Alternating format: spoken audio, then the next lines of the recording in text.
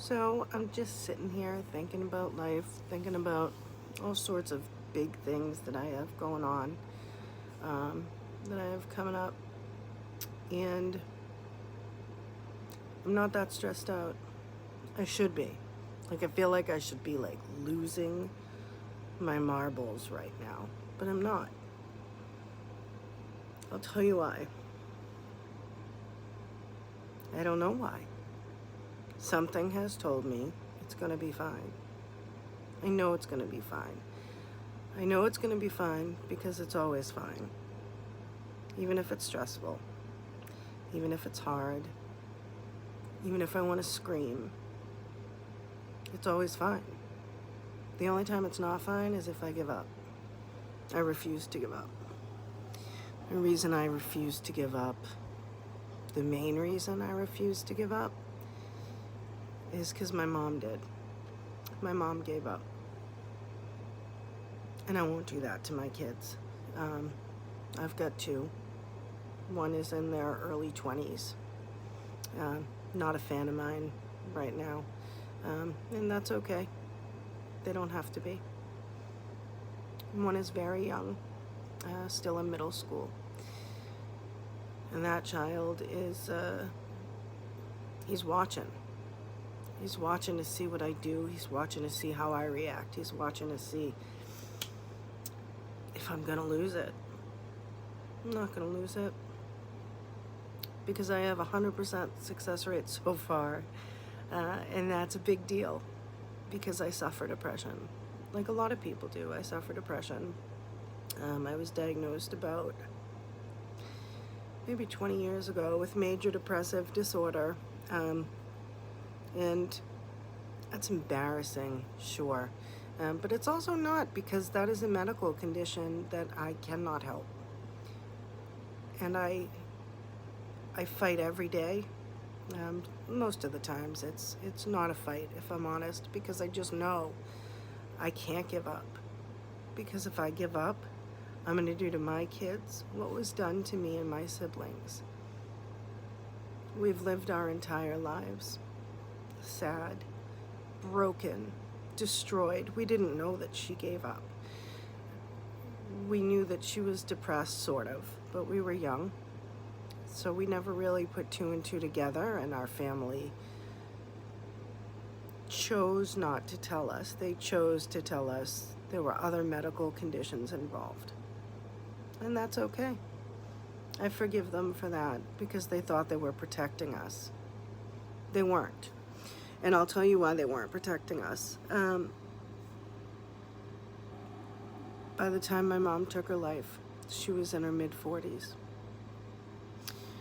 By the time I realized that I was having depression, severe depression, I was in my 30s. Once we figured out that depression was hitting us in our 30s, after suffering for years, decades with depression, we caught it in our children younger. So our children got help before it got to the point that they thought they had to hide it, before it got to the point that society judged them, before someone told them that they shouldn't be weak. Mental illness is not weakness. It's illness. Just like having a bad heart, just like having a bad knee. You have a bum knee, you don't get ashamed of having a bum knee. You go to the doctor and you get it fixed. And so my mom lost her life in her mid-40s. She never got to meet her grandchildren. She never got to see any of her children get married. She died sad and miserable, and I can't imagine what that must have been like for her, because I had the benefit of doctors. I had the benefit of medication. I had the benefit of going, hey, wait a minute. There's something wrong here, and I need to figure it out. And then when it happened to my kids, when I saw their anxiety slip in, because make no mistake, yes, of course it can happen because of trauma, but it is a genetic condition, depression.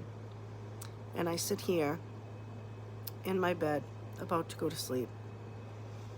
Makeup gone, sort of half on my face. My eyebrows all screwy. My hair complete wreck. So what? Tomorrow I'll take a shower and I'll look fantastic. Of course, I'm putting this all out there for you, or for me, or for all of us. Because depression, you're not alone in depression. You're not alone in anxiety.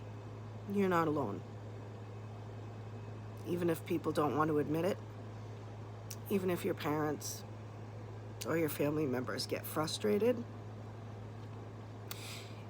even when it feels like it's too much and that you are too much, you're not.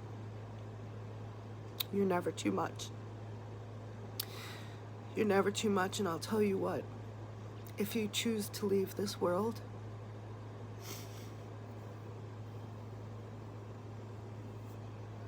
30 years later, your children will be crying. Don't let your children cry 30 years. Don't let them live their life thinking, what would my mom have said, or my dad have said, or my auntie, or my sister, or my brother. Don't make them wonder what you would have said. Stick around. We're all worth it. So stick around. I don't know if this will help a single person, but I sure hope that it does. Stick around. It really does get better. It really gets better. And if you can't do it for you, then you just remember that no matter how big of a shitbag you think that you are, no matter how desperate you feel,